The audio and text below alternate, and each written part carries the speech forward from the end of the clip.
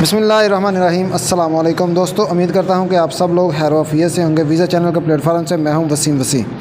तो दोस्तों, आज की इस वीडियो में मैं आप लोगों के साथ डिस्कस करूंगा कि कैसे आप लोगों ने यूएसए का विज़िट वीज़ा हासिल करना है, विज़िट वीज़ा कैसे लगवाना है, विज़िट वीज़ा कैसे अप्लाई करना है, कौन सा फॉर्म फिल करना है, फ़ीस कितनी होनी चाहिए, इसके लिए डॉक्यूमेंट्स कौन से होने चाहिए, डॉक्यूमेंट्स को कैसे मैनेज करना है, तस्वीर कौन सी और कैसी लगानी है।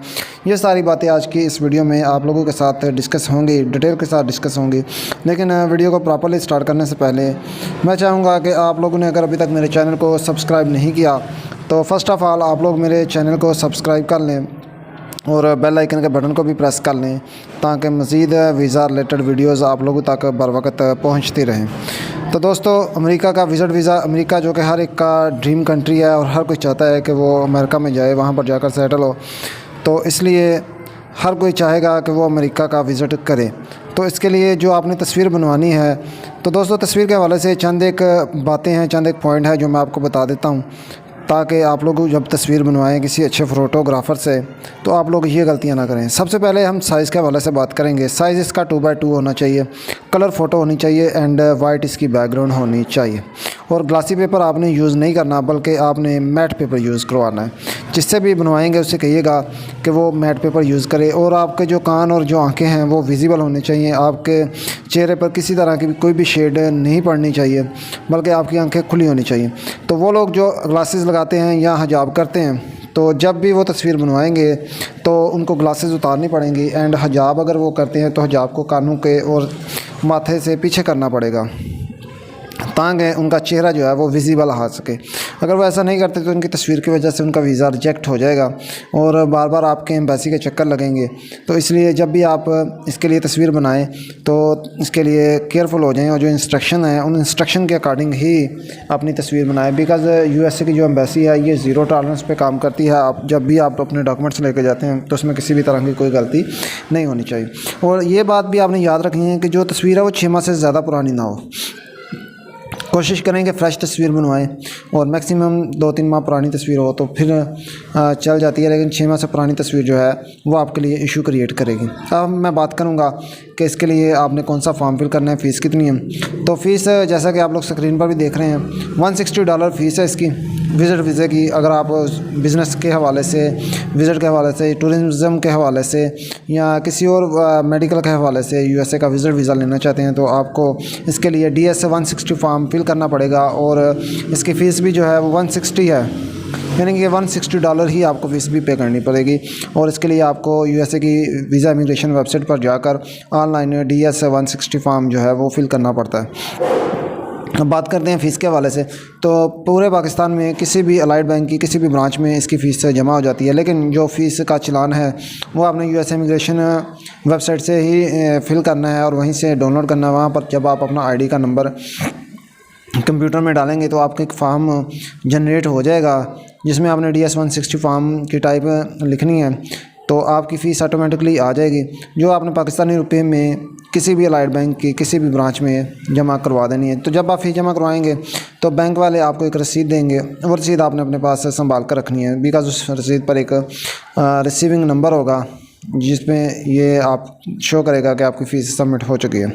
और फ़ीस सबमिट करवाने के बाद आपने DS 160 फॉर्म फिल करना है। लेकिन फॉर्म फिल करने से पहले आपने अपनी अपॉइंटमेंट को जो है वो सिक्योर करना है। ये बहुत ज़रूरी है क्योंकि आप अपनी अपॉइंटमेंट को सिक्योर करें तो इसकी वजह यह है कि बहुत ज़्यादा लोग पूरी दुनिया से यूएसए के वीज़े के लिए अप्लाई करते हैं और उनको जो 2-3 माह का टाइम लग जाता है। तो सबसे पहले आपने अपनी अपॉइंटमेंट को सिक्योर करना है। जैसे ही आप यूएसए इमिग्रेशन वेबसाइट पर जाएंगे, वहाँ पर आप ऑनलाइन अपनी अपॉइंटमेंट लेंगे तो वो आपसे फ़ीस के मतलब पूछेंगे, तो आपको जो चलान नंबर होगा आप वो वहाँ पर एंटर कर देंगे तो वो आपको एक अपॉइंटमेंट लेटर मिल जाएगा। आपने ये अपॉइंटमेंट लेटर सेव कर लेना है। इसकी एक ईमेल अपने Gmail के ID पर भेज देनी है और इसका प्रिंट आउट निकलवा कर पास रख लेना।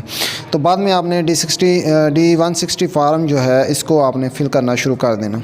अब D160 फार्म को जब आप फिल करेंगे तो एक चीज़ का आपने ख्याल रखना है कि जो भी आपके डॉक्यूमेंट्स हैं एजुकेशन के हवाले से, बिज़नेस के हवाले से, आपकी जो बेसिक इन्फॉर्मेशन है वो सारी ठीक होनी चाहिए। उसमें किसी भी तरह की कोई गलती नहीं होनी चाहिए। और फार्म को अगर ख़ुद नहीं फ़िल कर सकते तो किसी प्रोफेशनल बंदे से इसको फ़िल करवा लें।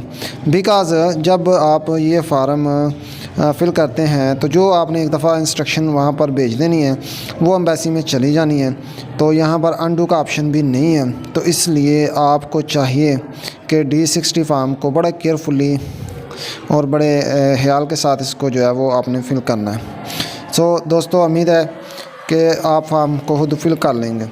तो फार्म अभी मैं आप लोगों को दिखा दूंगा, स्क्रीन पर ही दिखा दूंगा कि ये फार्म किस तरह का है। और ये आपने वीज़ा इमिग्रेशन US की जो वीज़ा इमिग्रेशन है वहीं पर आपने जाकर ये ऑनलाइन फार्म फिल करना होता है।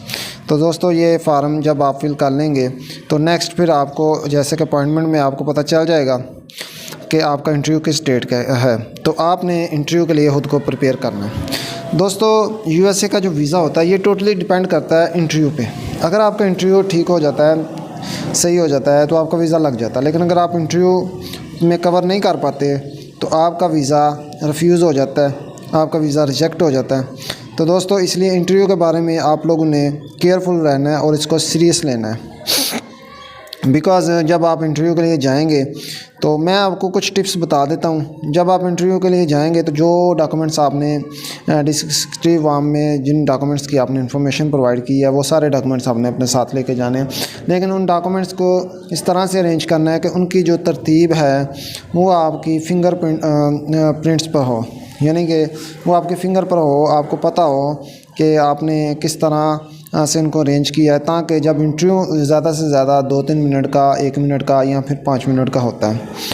तो अब जिन लोगों की उम्र 14 साल से लेकर 79 ईयर तक जिन लोगों की उम्र है उन सबको वो इंटरव्यू के लिए बुलवाते हैं। तो अगर आप इंटरव्यू के लिए जाएं तो आपके डॉक्यूमेंट्स ना किसी फ़ाइल में हो, ना किसी बैग में हो, बल्कि आपके हाथ में हो और इस तरह से अरेंज हो कि वो किसी भी डॉक्यूमेंट्स के लिए आपसे अगर पूछ लेते हैं तो आप फ़ौरन अपने निकाल कर वो डॉक्यूमेंट उनके सामने रख दें, ना कि आप उनके सामने ढूंढना शुरू कर दें, बैग में ढूंढना शुरू कर दें, फाइल में ढूंढना शुरू कर दें और अपना भी और उनका भी टाइम वेस्ट करें।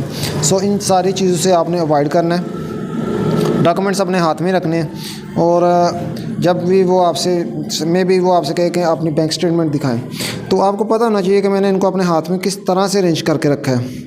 फ़ौरन यानी कि उसके मुंह से निकले बात तो आप उसी वक्त वो डॉक्यूमेंट निकाल कर उसके सामने रख दें। तो दोस्तों, इसके अलावा वो आपसे पर्पस पूछेंगे कि why you are want to going US and why you want to only US। तो ये सारी चीज़ें जब वो आप लोगों से पूछते हैं तो इनके आपके पास सॉलिड जवाब होने चाहिए। और नेक्स्ट बैंक स्टेटमेंट के हवाले से फिर बात आ जाएगी कि अगर आपकी बैंक स्टेटमेंट इतनी है तो आपकी बैंक स्टेटमेंट कवर कर जाएगी। तो इसके लिए आपको बैंक स्टेटमेंट सॉलिड लगानी पड़ती है। 25 से 30 लाख की आपकी बैंक स्टेटमेंट होनी चाहिए जो कि अच्छे तरीके से मेंटेन हो। तो दोस्तों, अगर आप लोग भी US से जाना चाहते हैं और आप लोगों का प्लान है US से जाने का, तो आप लोग अभी से तैयारी करनी शुरू कर दें। अगर आपने USA की रिकमेंडेड वैक्सीनेशन नहीं लगवाई तो वो वैक्सीन लगवा लें जो कि USA ने रिकमेंड किए हैं अपने कंट्री में आने के लिए। वो वैक्सीन आपको लगी होनी चाहिए, उसकी दोनों डोज़ आपकी लगी होनी चाहिए एंड आपका वैक्सीनेशन सर्टिफिकेट भी बना होना चाहिए। जैसे कि आपको पता है कि कोविड के बाद जिन कंट्रीज़ ने भी वीज़े ओपन किए हैं उसमें कोविड-19 के सर्टिफिकेशन की जो शर्त है वो कंपलसरी हो चुकी है। तो आप लोग वैक्सीन लगवा लें अगर आप लोगों ने अभी तक वैक्सीन नहीं लगवाई। तो दोस्तों, उम्मीद करता हूँ कि आप लोगों को वीडियो अच्छी लगी होगी। और अगर इस वीडियो से मतलब आपको कोई भी क्वेश्चन है, आपको किसी चीज़ की अगर समझ नहीं आती DS 160 फॉर्म को फिल करने के हवाले से, तो आप लोग मुझसे कमेंट बॉक्स में रब्ता कर सकते हैं। मैं और मेरी टीम 24/7 आप लोगों के लिए अवेलेबल है, ऑनलाइन अवेलेबल है। आप जब भी कमेंट करेंगे तो इंशाल्लाह विदिन 1 आवर आपके कमेंट का आपको रिप्लाई मिल जाएगा। तो दोस्तों, मिलता हूँ नेक्स्ट वीडियो में एक नई इन्फॉर्मेशन के साथ। उम्मीद है कि आप लोगों को वीडियो पसंद आई होगी। तो दोस्तों, वीडियो को लाइक भी किया करें एंड शेयर भी किया करें एंड वो दोस्त जिन्होंने चैनल को सब्सक्राइब नहीं किया वो सब्सक्राइब भी कर लें।